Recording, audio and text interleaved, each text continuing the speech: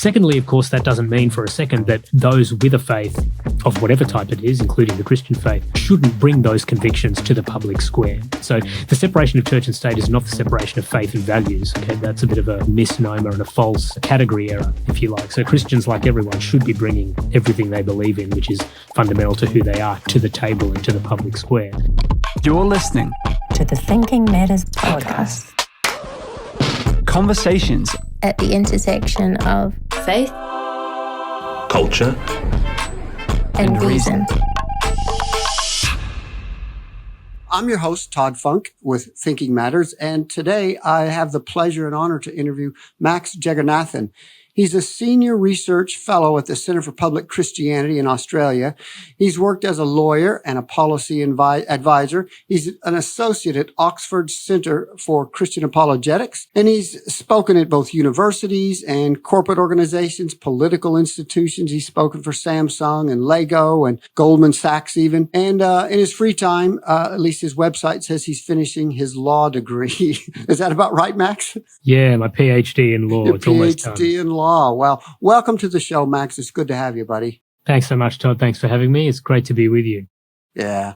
And so I know, Max, I had the pleasure of hosting him around a few years ago when he was a keynote for the Thinking Matters conferences. And so I just get on with him like a house on fire. But Max, I remember asking you then, and probably the listeners and watchers will want to know exactly what does it mean to be a research fellow at the Center for Public Christianity in Australia? What do you do? What's your day to day? Yeah, thanks, Todd. And yeah, it's great to reconnect again. And that was a fun trip. It was. To be with you again. Look, it's basically in its simplest form. My current role is to be a speaker and a writer. And so we do a few different things at CPX, the Center for Public Christianity here in Australia. We write primarily for mainstream media outlets, so for mainly newspapers, online magazines, journals, that sorts of things. So we write opinion editorial articles and columns. Second thing we do is speak, so public speaking, and you referred to some of the places that I've spoken at. So we speak at businesses and schools and universities, churches, conferences, wherever we get invited. What do you do? I mean, I could see you. I mean, what do you do at businesses? What do you tell them? What do you talk about? Yeah, so I mean, at CPX, our mission and our focus is really to communicate something of the truth, beauty, and goodness of the Christian message through the big questions and big issues of the day. So we're trying to identify cultural trends and cultural currents. We're trying to look at what the things are that people are already thinking a bit about and talking about, whether that's, the cost of living crisis or housing affordability or geopolitical uncertainty or war or contemporary debates around other cultural issues. And then we try and offer some analysis, some insight, some commentary, and ultimately some commendation of the Christian message, specifically in how it relates to one or more of those things. So we're trying to meet people where they are. It's kind of similar to what Paul does in Acts 17, where he goes to Athens and kind of makes direct reference when he's speaking there to the issues and the cultural touch points and the frames of understanding that they already have. So it can be seen as kind of public theology, if you like, or bringing a Christian and a faith-based lens to some of the big issues that people are dealing with broadly. So not just people that might call themselves Christian, but all people. Okay. And as a percentage, how often are you speaking with what you'd consider a, quote, Christian audience, and how often are you speaking with, just unknowns, a corporate? Look, that's a good question. I mean, CPX, for our mission, we are trying to speak to people who might not call themselves Christian, ideally between 90 and 100% of the time. So we're very much a world-facing organization. We have a street-facing and a world-facing and a public media-facing posture. But, of course, our work includes audiences that would call themselves Christian as well. But the way we speak and the way we tailor our content is that we are there for everyone. And of course, we're very happy to encourage and equip Christians, but we're really there to try and channel something of the message of Christianity and the Christian story for those who probably don't call themselves Christians. Okay. And how did you fall into what you're currently doing in your track, and in your interest in politics and law and that kind of thing? I mean, how did you get to where you are? Yeah, it's interesting. You don't plan these things, Todd. I'm sure you're... No, that's for sure. I came to be a New Zealand minister for a couple of years from California, and here I am 22 years later. And there you go, just across the ocean, doing interesting things. So, yeah, I certainly didn't plan any of it. You just kind of take one step after the other, and you take opportunities prayerfully and thoughtfully as best you can. And I, as you alluded to, I started life as a lawyer, and I practiced law for a few years, and I worked in professional politics for 7 or 8 years, I think. And then, it took some time after my wife and I got married and did some postgraduate study where I studied theology and philosophy in the United Kingdom. And then, that's when I kind of shifted into this area of work in kind of speaking and writing in this kind of public Christianity, public theology space. And so it really happened in an organic way. There wasn't some massive pivot or deviation or shift, just one small step at a time. And I think while law, politics, and public theology might not seem to go together, there's a lot of I don't know how. Parallels and commonalities. They all involve a contested space. They all involve kind of deconstructing issues to their first principles. They all involve working with and, ideally respecting and coming alongside people with very differing views to you. And so thankfully I've been relatively well schooled and well trained and well experienced with all of those things. And each of my 3 career phases, at least to date, I don't know what comes next, have kind of reinforced each other in more ways than I would have assumed.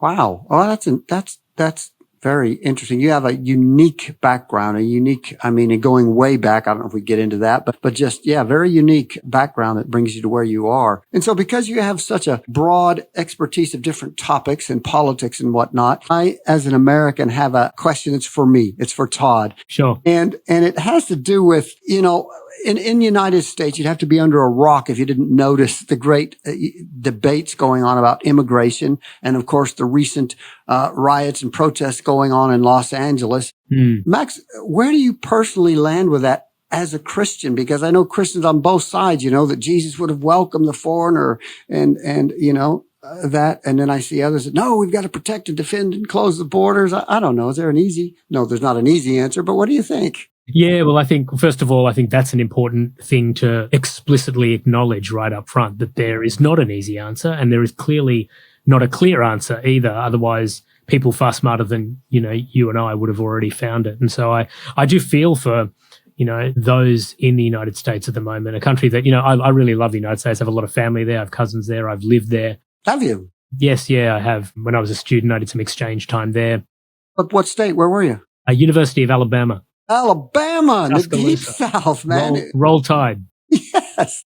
Yeah. Good on you. So, look, my heart really does go out. Obviously, the people of the United States are going through a lot, and there's a lot to work out, and there's a lot of tension. There's a lot of anger. There's a lot of unrest. And so I think on an issue as difficult as immigration, I certainly don't presume to have the answer for them. But if I could just offer, just some thoughts in response to your question, the first thing, as I already alluded to, is for people who call themselves Christian, they've got to be willing to disagree on this. I don't believe that there is a Christian response or a Christian position on this issue. I think the reason that the Bible targets the human heart is that it's not supposed to be exclusively and exhaustively used as an instrument of government. It's supposed to be an instrument and a pathway to relationship with God and relationships with one another and the transformation of individual hearts and minds. And so that's not unrelated to government, but it's important to remember that, the Christian message is about the invasion of hearts and minds, not the invasion of laws and policies. So that's the first point. Secondly, of course, that doesn't mean for a second that those with a faith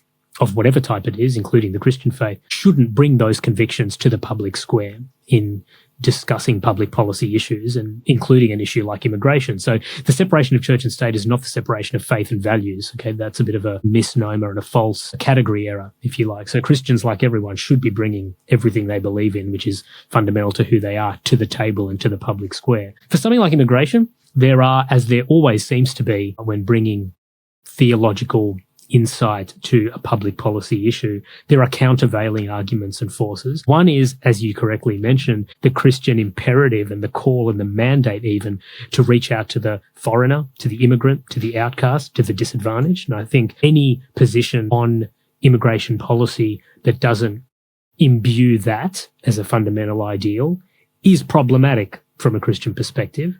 At the same time, there are also very clear biblical principles about responsible stewardship and property rights and, building communities of flourishing. And that speaks to the other side of the immigration debate, which is that you can't just have open border policies, that is irresponsible and reckless and ridiculous, and that it dishonors the domestic population. If you're just inviting people in out of the goodness of your heart, but then you don't, thoughtfully provide the infrastructure to take care of them properly and to host them properly and to care for your own people at the same time, then that's problematic too. So suffice to say, I think there are good Christian arguments on both sides of the immigration debate, but there are no Christian arguments that seem to support the far left and the far right flank of that debate.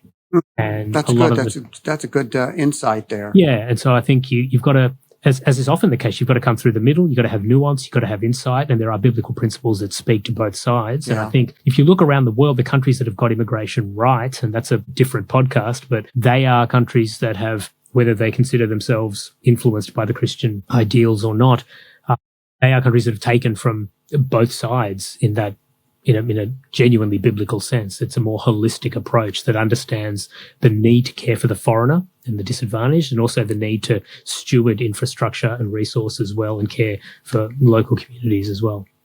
Do you think the Aussies have got it right or close? No, certainly not. No. We're still working at it here. Still working at it. And we don't have riots here at the moment, but we have almost identical tensions in our immigration debate that goes back 50 or 60 years at least, since the Second World War. So this is not a uniquely American problem. America is one of the largest and the most powerful and prominent market democracy in the world. And so that's why when you guys are dealing with stuff, it's more prominent globally. But I think most countries, most market economies, that have had big immigration intakes for the last 100 years or so have almost identical debates. Similar arguments all over the world. Yeah, it's a tough one. No, I don't think anyone's got it perfectly right. We just have to keep at it and do it graciously. Have you written anything on it or spoken on it? I mean, and did you get to just speak or talk about whatever suits your fancy, or do you get told what to research into? Yeah, that would be nice. Look, to some degree, there is a lot of freedom. I'm really fortunate in this role to be able to follow interests and expertise, my interests and my expertise and experience. But often what we write on and what we speak on is determined by what we're invited to speak on and what's going to resonate in a publishable sense with the public square and the mainstream media. On this particular issue, I've certainly spoken on it. I haven't written on it on immigration. It's a tricky one, but I've done some training and some speaking in schools to young people, to students, really just setting down some of those first principles and frameworks through which they can think through the issues. It's a tricky one because the role that I'm in, I'm not a politician. I'm not trying to run an agenda, but what we are trying to do is to improve the debate, to elevate the debate, to make sure people are thinking about the right things and they're thinking through tricky issues like this in biblically faithful and socially and politically responsible ways, regardless of what their view on a particular issue might end up being. So on something like this, I think a Christian voice in the public square, there's a lot to be said for a need for a Christian voice in the public square to help and support and encourage people in how to think rather than what to think. Right. And how do you navigate? There's just a real fine line. I mean, when I hear Christian in the public square or political arena, I think, oh, there's an unwanted individual. There's a voice that's going to be silenced. There's the religious fanatic. I mean, how do you navigate those treacherous gator-filled waters?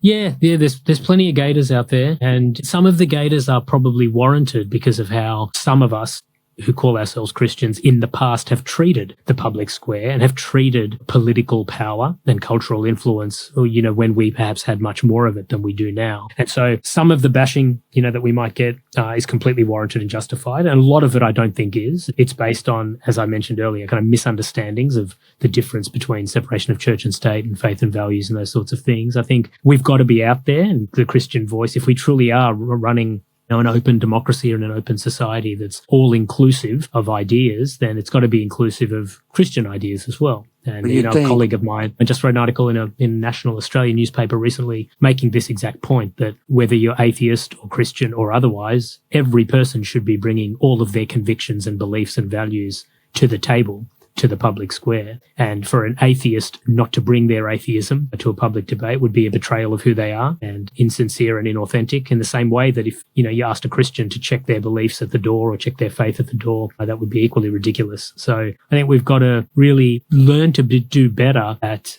coexisting with people and sharing a public square with people with whom we might not always agree with. And I think that applies to people of all faiths and no faith. Yeah. Well, and that's, I would think that's easier for us as Christians to remind ourselves and be gracious and hospitable and all that stuff. But what do you do when you walk into what you know is an overtly kind of a hostile environment, a very, I don't know, I won't define, but just hostile? Yeah. And look, one thing the Bible promises is that there are going to be hostile environments. Mm. And there's going to be an added layer of difficulty for people who call themselves Christian just by virtue of the fact that we call ourselves Christian. And so I think I don't want to just gloss over it, but I think when we believe in these scriptures and we have this faith, and in those very scriptures that anchor our faith and from which we draw the revelation, a lot of the revelation for our faith, when what happens out there matches exactly what we are told will happen, that shouldn't really surprise us. It doesn't mean it's easy, but it's not meant to be easy. It's exactly what the Bible says. I think that first of all speaks to the truth of the Christian message, but it also speaks to the need to remain gracious and generous and forgiving and kind, at the same time to be responsive and intelligent and nuanced and strategic in how we approach the public square. I don't want to pass judgment, but I think a lot of us, particularly in recent years, maybe in the last 20 or 30 years, we tend to kick and scream and, behave quite neurotically when we're not well received or properly accommodated out there in the public square. And what do we expect? Everyone that puts any view in the public square gets knocked around by someone. Everyone's out there offending someone. There have been hilarious but important surveys and studies done where different groups of people have been surveyed on what they think and whom they think are the most persecuted or the most under threat or the most discriminated group in a given society. And something interesting about modern Western societies is that these studies generally show that any given group, whether it's the Christians or the atheists or whatever it might be, everyone thinks that their group is the most persecuted and under threat. Really? Yep. Everyone thinks they're the underdog. Everyone thinks that the rest of the society is against them.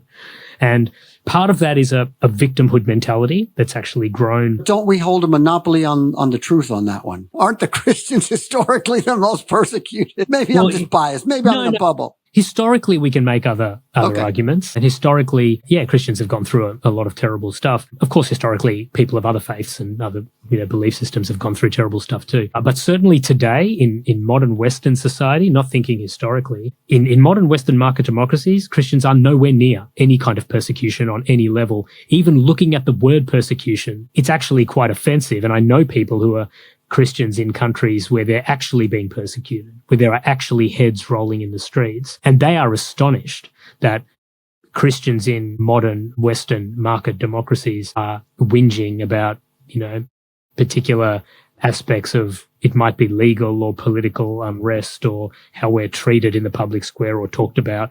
First world persecution, right? Absolutely. When you lose your iPhone charger and you think it's the end of the world, I feel like a lot of Christians in parts of North Africa and the Middle East and the Orient, when you hear the stories of how they're actually treated, I personally find it offensive that we kick and scream about persecution in the West when we wouldn't know persecution, I think, if it walked up to us and introduced itself. So we have to be careful. It doesn't mean it's easy. I agree that, things are not easy for a lot of people, and so we have to be respectful of that. But I think we have a bit of a persecution complex sometimes. I think we need to just harden up and get on with it. But I was listening to a podcast of yours. I think you were doing the National Prayer Breakfast or something. Yeah. And you were talking about your story back in Sri Lanka, and your family was, genuinely persecuted. Yeah, that was a very difficult time. And people can watch it on YouTube if they want the full story. But we had to leave Sri Lanka as refugees. We were caught up in the civil war. How old were you then? And I was just a few months old at that time. Oh, okay. So when we came to Australia, I was 1 year old. But that all happened when, I was just a few months old. In 1983, what was called Black July. There were riots where there were kind of government-sanctioned paramilitary gangs that were told to go out there and attack and torture and kill Tamils. And so I'm a Tamil, which is already the largest minority ethnic group in Sri Lanka. I was in a civil war for a long time. And as a result of that, we fled the country, had our lives threatened, fled the country, and got a second chance in Australia, thankfully. So here we are. Have you been back at all? Or I've been back a couple of times. Okay. Yeah, did some speaking, only for work actually. And so I've been back and it was nice to go back. It's obviously a country that I have very mixed feelings towards, but I really do feel for the Sri Lankan people, for all of them. They've been through a lot. I mean, they're in a very difficult place economically and politically, and they've not been governed well over many, many years, to put it lightly. And so there's hope that they've turned a bit of a corner in the last few years. My prayers are regularly with them and their leaders, that kind of a new generation of Sri Lankan leadership from across different ethnic groups and religious groups can kind of take the country forward in a way that better serves its people. And, you said you've been back there a few times in ministry and stuff. I know you've traveled the world when you were with RZIM and whatnot, and you've ministered in the East and in the West. And how much have you had to really adapt your methodology or your apologetic or whatever based on whether we're in the East or the West? Is it drastically different? Yeah, it's a good question, Todd. The short answer is it's not drastically different. And what I find, I think this might be an overly simplistic answer, but I think as our economies have integrated and globalized over the last 70 years, our psychological drivers and our cultural mindsets have globalized and integrated too, which means when I speak to a group of bankers in Hong Kong, it's a very similar set of issues and challenges and problems and questions that I get as when I'm speaking to a group of bankers in London. And it even starts to look more and more similar, just because of people movements and multiculturalism and immigration being the way it is. More and more are big metropolitan centers all over the world, which are the primary places where I tend to be invited to speak. They're more and more similar. So there is that side of it. The fact that, everyone's broadly streaming similar stuff on Netflix and Spotify and buying similar stuff on Amazon and watching similar stuff in movies and so forth helps all of that. That being said, there is one key difference that I do find that continues to be the case, notwithstanding that other homogenizing stuff I just mentioned. And that is that in the East, as a general principle, so this is, throughout and in parts of, when I speak in Africa and in Asia too, as compared with Western Europe, the UK, US, Australia, New Zealand. In Eastern cultures, there's just a much broader assumption and acceptance of the transcendent and of the existence of God. And at the very least, if not that, then the existence of something beyond our material and physical world. Okay. And so and even that is probably coming together more in the West. What we're seeing recently is a greater appetite and openness to the spiritual. And so that is definitely happening. There's been a bit of a resurgence in faith, or at the very least in explorations of faith. But yeah, that divide is still definitely there. Tend to be more comfortable with and open to the reality of God. What that means for them can look very different. You don't find many hard, grumpy atheists in the East. Yeah, I can imagine. And when you're in the West and dealing with your intellectuals and stuff, what do you find? Is there kind of a common barrier, a common, objection to Christianity, to the faith that you're finding as you address people, talk to people? Yeah. Look, I think others that you might speak to in roles like mine might be able to point to one thing. I honestly don't think that there is. There hasn't been for me. There have been a common set of issues that are always there, but that set of issues tends to rise and fall in different ways. So what I mean is around 7 or 8 years ago, when I first started doing this kind of work, there was a lot of what you might call classical apologetics questions and issues around. So the big barriers were around suffering. They were around the historical legitimacy of the Bible. They were around evidence. Where's the rational evidence for what you believe? And how can we trust this? How can we believe this? If God's real, why is there suffering, et cetera, et cetera? Those questions are always there, but I think they were much more prevalent around 10 years ago. Now what I'm finding, particularly in modern industrial wealthier societies, is it's much more existential stuff. So the questions are much more about identity, purpose, meaning, less of a focus on is Christianity true and a greater focus on does it work? Yeah. And what's it got for me?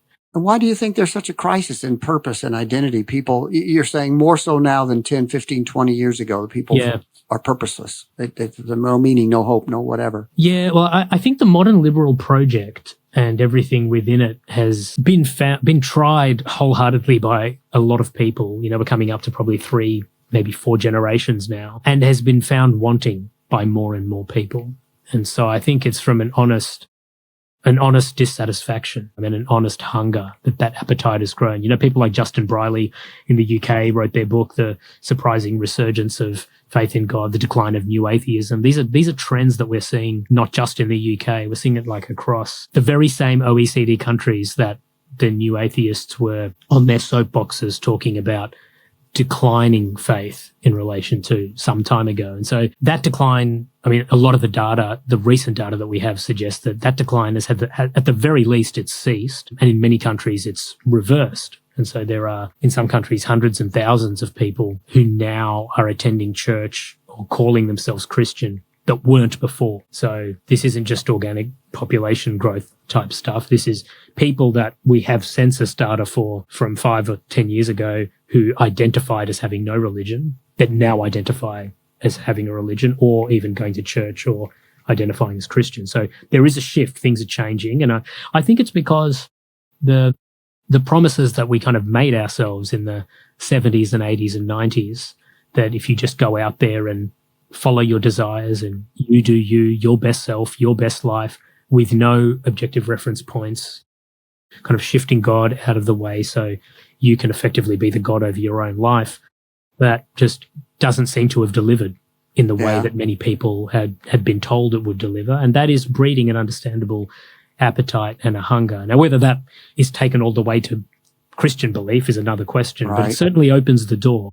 Is that, would you say, is that kind of the thrust, the heartbeat of your recent book, The Freedom Trap, that just came out a few months ago? Is that pursuit of freedom, whatever that might look like, has been empty and kind of counterproductive and increasing of anxiety and depression and dissatisfaction or whatever?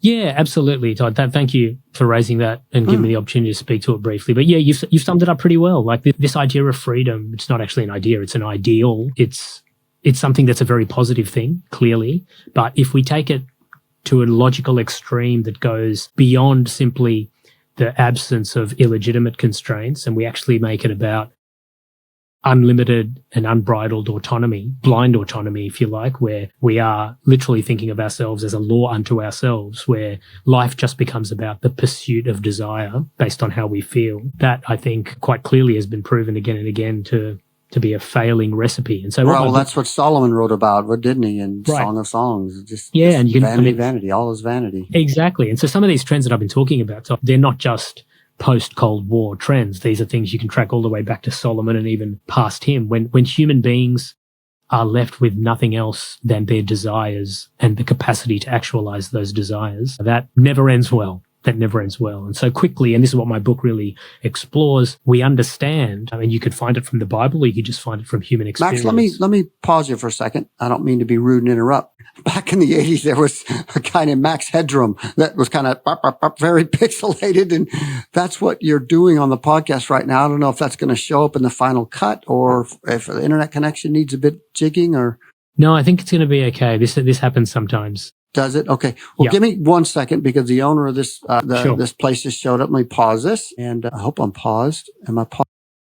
So here we are. I don't remember what we were last talking about. We were talking about the Freedom Trap. Interrupted. What was your book?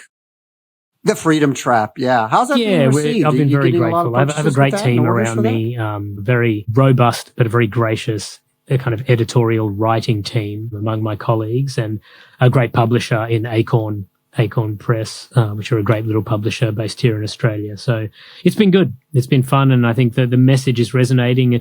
These aren't, audaciously new ideas, but they're newly packaged up in a way that I hope are accessible and helpful for people. I just found out about it when I read the bottom of your email the other day. So, wow. And so I Googled it and whatnot. And I read the first chapter, the free chapter. And I love, Max, the way you put so many stories in it. I'm glad. The stories were good. Yeah, no. So I'll probably get the book and read all the stories and, the points behind them. But yeah, good on that. Yep. So let's see. How do you deal with, like we talked about, being in the public sphere so much, but how do you deal with when you're giving truth claims, because you unashamedly bring forth the truth of Christianity and the gospel, but people that say that it's narrow or it's, exclusivistic or just whatever it might be, intolerant or even outdated. How do you deal with that? What do you have to say to them? Yeah, look, I think if you get those kind of I think the pushbacks? most important thing, to the degree that we can, is to try and find out, especially if it's an individual, what's driving that. Like, why do they think it's arrogant and exclusive? Because in their minds and hearts, at least, they've got good reasons for thinking that. So I think empathy is an important first pivot. Otherwise, you find yourself kind of responding to a question that you might have misunderstood, or you might have misunderstood the motivation behind it. So just blindly defending for defense's sake is, I've found, not particularly productive. And so to find out where they are, to meet them where they are, and then to speak into that, I think is a good.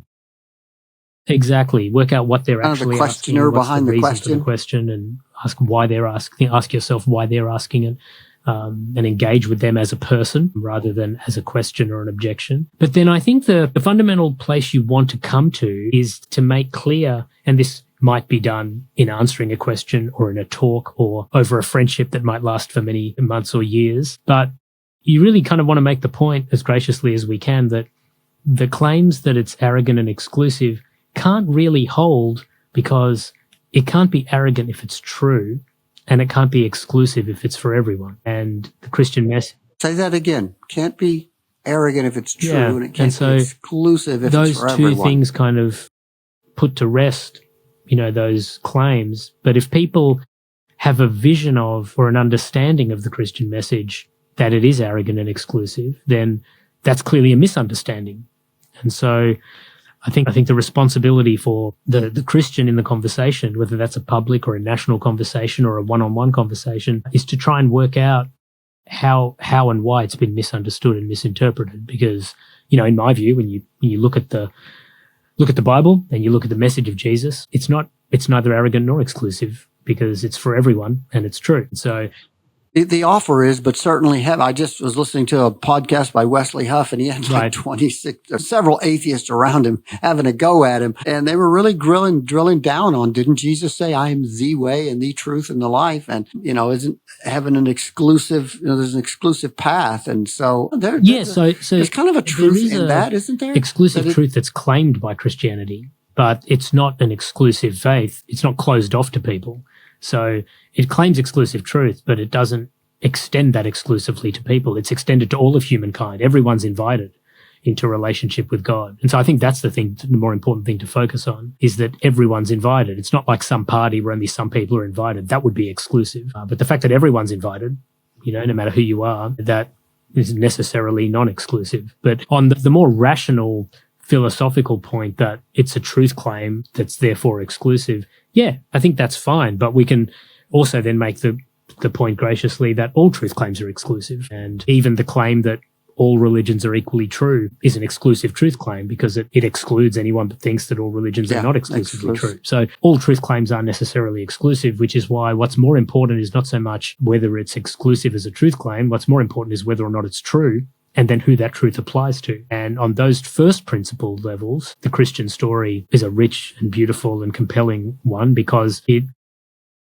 is backed by evidence, a relational, historical, philosophical, archaeological, anthropological, anecdotal, etc., all of the evidence, and it's open to everyone. And everyone's invited into the story and into this relationship with God and a loving relationship with other people. So I think there's a lot that can be said. I think that the key for the Christian is not to be arrogant and exclusive in answering the question of whether or not Christianity is arrogant and exclusive. I think the form with which we engage with these sorts of questions and objections is just as important, sometimes even more important, than the substance with which we engage. And I think a lot of us through history and even now, we are constantly running the risk, and I'm no exception to that when our faith is objected to or attacked or mocked, we respond instinctively, which is in a way that might be objectionable or mocking or attacking ourselves, which is hugely problematic because it doesn't represent the Christian story particularly well in form or substance. Right. Something I kind of was curious about, and I'd read that you're active in talking about and discussing around AI and ethics. And I don't know, how should Christians think about technology and their advancement of technology with spiritual implications and moral implications? I mean, I haven't heard any of your talks on that, to my shame. Yeah, what do you have to say about that? Clearly enormously important, and it's going to have and is already having massive implications for us as a species, economically, culturally, politically, psychologically, relationally. All of those things are very real and they're there. But I disagree with this view that AI is kind of going to be the ruin of humankind. I think we're pretty much ruined already, pretty well ruined. We don't need any help with that. We've seen to that. We've seen to that in every generation, every civilization, at every age. So we're already pretty well broken and messed up in the most fundamental ways. But this is a significant shift. It's been talked about as the biggest shift to information production since the printing press. But I think there's much more to it than that, just because so much of our global economy is digitalized at the moment, and AI plays right into that space. And so I think there are huge implications. There are also massive implications because of the accessibility of large language models and of various aspects of AI for increasingly everyday people. So there's an enormous global middle class and an even bigger global working class and a small upper class, and AI will necessarily and is already necessarily infiltrating and affecting and impacting all of those classes just because of global digitalization. So it's a huge thing. It can be a great good if we use it in areas to alleviate suffering and in areas of kind of medical technologies and in areas of how we deliver services, integrity in our systems and our institutions. We can really use it to create efficiencies and productivity dividends, which can be a wonderful thing in the context of wealth creation and information creation and the distilling of information and those sorts of things. But as is always the case, there's enormous risks and challenges, relationally with people using AI as a substitution for another person in terms of relationship, trying to build authentic friendships with the chatbot, people losing aspects of our own human intelligence because we're ceding that to artificial intelligence, doing things that we should be doing for ourselves, aspects of the creative enterprise of humankind, art in all of its forms. Yeah. Well, and I was thinking, I've got a young man, a friend of mine that's just entering seminary, and I said, what do they warn or heed? What warning do you have to heed about using, Chat GPT or whatever to answer an essay prompt? Because it would be so easy to put your essay prompt in there and boom, there it is. And if you're at a secular I think you're absolutely right. Education is a great example. The education sector is right at the front of the fight and the arm wrestle, if you like. And so I think one good thing about AI is that it will force all of us in all sectors to kind of go back to first principles. Like what's education for? What do we want people coming out with? They have to rethink our assessments, rethink how we do things, rethink information creation, rethink how we hire. And ultimately what that all comes back to, and in the kind of work that you and I are involved in, Todd, it really all goes back upstream to the fundamental question of what does it mean to be human? And so I think that's the big question for AI and for humankind in relation to AI is how do we establish and honor and elevate intrinsic human dignity, inalienable and objective intrinsic human dignity, and make sure that our technology doesn't erode that or doesn't cause that to decay. This is actually what my PhD is on. So it's a bit of a kind of hobby horse for me. But I think that's where it all starts, and that's where it will all finish with AI. Is there a groundswell with that concern? No, thankfully there's a groundswell, and it's not even a particularly Christian groundswell. There are Christian voices making the points that we're talking about, which you would expect and hope would be the case. But lots of other people are too, and people have tried to come together. There's been early conferences on AI and ethics and trying to put together ethical charters for AI, and governments are grappling with it and regulational bodies are grappling with it. So everyone gets it that we have to be on our game ethically and normatively, but there's a long way to go, and we need to have our wits about us. Would you say we've got to get behind this thing, or in front of this thing rather? Because, I mean, the horse is already bolted. We've got to be very careful, and we've got to be very protective, especially of vulnerable people, of young people. There's a lot to think about. In terms of the damage that can be done. We already have horrific examples of people committing suicide, because of a conversation they've had with the chatbot. There's been all kinds of problems. We've already seen self-driving cars cause fatalities on the road. So there's all kinds of things that we just need to be aware of. And I don't think there's a need to run away from it, but there is a need to approach it very carefully and thoughtfully, and for Christians, prayerfully and theologically as well, to make sure that it actually does work towards the flourishing of people. Yeah. And there is such potential for it, huge potential for it and all that. Yeah. I wanted to, and this again is kind of a personal question, and it has to do with your stint with RZIM and, the organization that went through such a painful and public crisis. What were some of the takeaways that you gained from that? What were some of the things you left with out of, boy, I'll make sure I never do this or always do this or whatever? Any lessons in leadership or lessons in, trust? Look, it's a fair question. That was a very difficult time and came, obviously as an enormous shock when it all happened, and a very kind of discouraging time. And there was just a lot of grief, to be honest, and sorrow and amid the shock of all of that. The big thing that I took out of it, apart from the emotional side of it, is that having worked in the kind of public and private sector, first in law and then in politics, and then gone into this kind of work of kind of parachurch Christian work, if you like. And this is an oversimplification, but I think this trend is true. Out there in the public and private sectors of the economy, generally speaking, trust is quite low. And because of that, accountability mechanisms and systems and frameworks are quite high. There tends to be more accountability. I mean, particularly in law and politics, there's just an enormous amount of accountability there because trust is very low. So we have things like elections and Senate estimates hearings and a free press and interrogations and freedom of information requests and all kinds of things. And in the law, we have discovery and we have inquisitories and interrogatories. These are all ways of just getting the information out there. So there's just much more transparency. There are tribunals, there are hierarchies, there are, accreditations, there are all kinds of things. So out there, trust is relatively low. And because of that, accountability, at least in the spheres where I worked in Australia, is relatively high. Whereas in faith-based ecosystems and faith-based environments, at least the ones that I've worked in, trust tends to naturally be higher.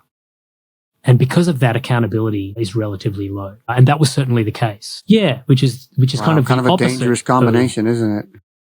What the world out there does. And the world out there actually, in that sense, has a much better grasp on the human condition and human brokenness. It's much truer to the biblical anthropology that we see of human brokenness. That ideally you want to get to a place where trust is very high and accountability is very high. You shouldn't have to choose one or the other. But if you're going to have to choose one, choose accountability, because people generally are more often than not trustworthy than trustworthy. Whether they are or not as individuals, you can't bank on the trustworthiness of people when you're setting up organizations and growing organizations. And I think that's the big thing that I took away from it. And I was quite young in public speaking and writing. So I was new to that space. And that was a huge shock, but also a huge lesson. And for all of the pain that so many went through, particularly the survivors themselves who were affected. I mean, we were secondarily affected as employees, but for all of that pain, that was an important lesson that I took from it. Yeah. Did you have a hard time when you came out of that trusting your pastor? Definitely. Or had a hard time trusting anyone. I could imagine you would. Particularly people who call themselves Christians. Yeah. Oh. Yeah. I can just imagine. Wow. Big shock like that. There was an article I read that was very cool. It was called, "In a World Overwhelmed by the Demand of Work, Bluey reminds us of the ethical importance of play." You go on, you said, "We need to enjoy things for their own sake. We need fun. We need play. We need kindness." So what does that look for you, your family? I mean, what does fun look like? Fun for its fun's sake. What keeps you with a smile on the dial? Because, too much work or anything's going to sour we have us. both spoken even earlier in this discussion about the challenges out there. There are culture wars out there. There's a sometimes pretty divisive and polarizing and polarized public square out there. People of faith are, continuously, I didn't for a second mean to talk it down earlier, they're continuously and quite regularly often under threat and under criticism and have to deal with stereotypical judgments and stuff like that. And so I think it would be quite easy to just buy into all of that with a kind of combative mindset. And I think that really runs against the grain of the kind of vision of life that God wants for his people and for all people. And so that's why I think fun and kindness are kind of a helpful starting point. And so, for me and my family and for my colleagues and my friends and the work that I do, I try and remember, I got some very good advice early in my career that you're never as good or as bad as they say you are. And so, yeah, that's right. As good or as bad, huh? And so we get outdoors. But what a lot. do you do? Are you an outdoors family? Or are back you in Australia for a couple of years now? So we've been living in Sydney for Good. 2 years, and Sydney's just been a great city to be outdoors in. So we spend a lot of time at the beach, doing a bit of camping. Oh, imagine. about 3 young kids, and they're at the ages where skateboarding and rollerblading and scooting and all of those things are front and center. So yeah, we're outdoors a lot. We watch movies, and so. What are you watching? I mean, I remember before you gave me the tip on watching The West Wing, so I got it on Amazon, and that was me recommending that, Todd, what series would you following up on it these is one of the days? great achievements of my life. I feel I'm so pleased that I could recommend someone to The West Wing and commend it to someone. Yeah, look, I watch a lot of old stuff actually. Like I watch like old comedy, like Jerry Seinfeld stuff. And that sort of thing. I still dust off The West Wing and rewatch that every couple of years. That's a lot of fun. But I like to watch movies. I just watch whatever people are watching, you know. I talked about, and you mentioned my article on Bluey. Part of the reason I wrote that is because Bluey was just exploding at the time. And so I thought it was just an easy way to relate to people, and it was. So I tend to just see what people are into and up for and just enjoy that. I enjoy a good glass of wine with my wife, Fiona. We're building friendships and community here in Sydney now. And so, there's a lot to be grateful for, a lot to enjoy, and a lot of fun to be had, even amid the swirling uncertainty and challenges that we all face. Yeah. Turning the corner just a teeny bit on a spiritual level. I mean, we talk about, I like to skateboard. Nice. I have electric skateboards, my and kids I'm would really love into that. That helps. I love it. So what about on a spiritual level? What recharges you spiritually? What brings a freshness to your walk, relationship with Christ? If there's anything I you think could give advice about. Recharging and freshness is essential for me, and I think for most people. I think the mistake that I used to make is thinking that I just need to, whenever I'm running low, recharge.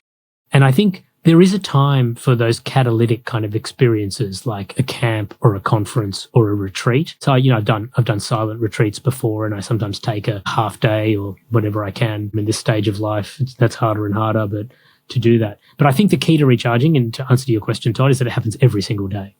I think that's the key.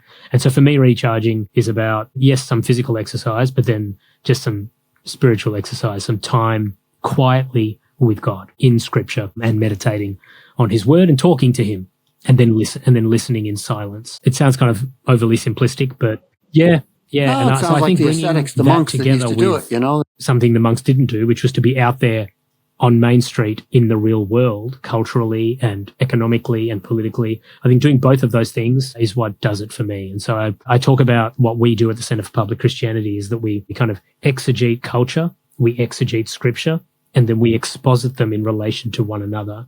And for me to be able to do that, I need to be, and I'm not saying I do this all the time perfectly, but when I'm on my game, I'm putting in time with the Lord every single day. And so that's really important. And then secondary to that, but very important too, is to just be plugged in, to a Jesus loving community. And my wife Fiona and I are blessed with one another and with a great church family and a growing kind of community around us here. And every city we've lived in, and we've moved to different countries and been all over the shop, everywhere we go, that's our priority, is to kind of find those people. And then to also make sure that they're not our only people, that we have a life beyond that. I think, journeying through life as a Christian, journeying through life and sharing life with other followers of Jesus is pretty key for that spiritual health and refreshment. Yeah. What do you see on the horizon? I mean, are you a planner? I mean, do you have a 5-year, So I used to be, Todd. I think plan? when I was a younger man, some people are. I had all kinds of great plans. Okay. And then I look back on my life now and I realize, how little they play out and how things can just come out of nowhere. And so I think I'm growing in wisdom. So I'm just kind of, so why bother? I have a plan for what I'm having for lunch today after I finish this interview with you. And even that, I might walk out there and one of my colleagues might have eaten it. So I try to hold things loosely, but hold the important things firmly and then leave the rest up to God. Yeah. Fair enough. Very good. So listen, if you could leave a bit of advice for, and I don't know, I've never asked anybody this, but a young Max Jeganathan, that what would you tell yourself in order to, this is a different environment altogether, but what bit of advice for a young person, maybe a young person like the way you used to think as a young teenager? Yeah, well, that's a tough question. It's a whole nother book. What do you think? All right. It kind of is. Maybe I've inspired your next step in life. Life experience to write that book, but just a couple of thoughts. I definitely tell them never believe how good or bad they say you are. I think that's held me firm. I think it's very important that we don't get too discouraged and we don't get too big-headed for ourselves. I think I would say that at its simplest level, true flourishing and happiness comes from investing in your relationship with God and investing in your relationships with the people around you. And that kind of cross-shaped relational focus is pretty basic to the Christian life and the Christian message. And there's a reason for that. And so I think I would tell them to just build your whole life around those two things, those relationships. And then I think thirdly, I would say lean into your gifts and strive for excellence in what you're gifted in. Yeah, I parrot that all the time, man. That's been a lifesaver for me. Just being who you are, not somebody else, not some gifted speaker, apologist, and it's good to have hobbies and whatever. Things that you're Just interested in. But I think we lie to a lot of our younger selves and our kids saying you can do anything you want and be anything you want. And we want to be encouraging and you want to be supportive. But the reality is that not everyone's cut out to make a living doing whatever they want. I'm 5'7", I think, Todd, and I would love to have been in the NBA by now. I'd love to have retired from the NBA by now, but that was just never going to happen. So I think telling younger people, and I would have told my younger self to just be realistic about your weaknesses and your strengths, lean into your strengths and your gifts and see how you can serve God and serve other people with them. I love it. Yeah. Because that's when you're most fulfilled anyway. I think that's right. And I don't think we can do whatever we want with our lives. I think we would do well at doing what we are gifted to do and called to do. And that could still be a number of things. It might be 5 or 6 things over a lifetime. It might be 10 things, but it's certainly not anything and everything. And I think being realistic about that keeps things simpler. We're not here to conquer the world. We're here to love God, love each other, have fun along the way. Yeah. Pretty easy. Max, thanks you for your time. Thanks for just being you, buddy. You bring to the table, you bring a lot of experience, you bring a lot of expertise, but you bring your heart. And I appreciate that, the truthfulness and the honesty. It's been great having you on the podcast. For those of you out there that are listening and watching, if you want to know a little more about Max, you can find some of the articles and things he's doing for the at publicchristianity.org. And for the rest of you, make sure you subscribe to the Thinking Matters channel, and I will see you next time on the podcast. I look forward to it. I hope to see you there. For more reasons why we believe, or to support this ministry, go to thinkingmatters.org.nz.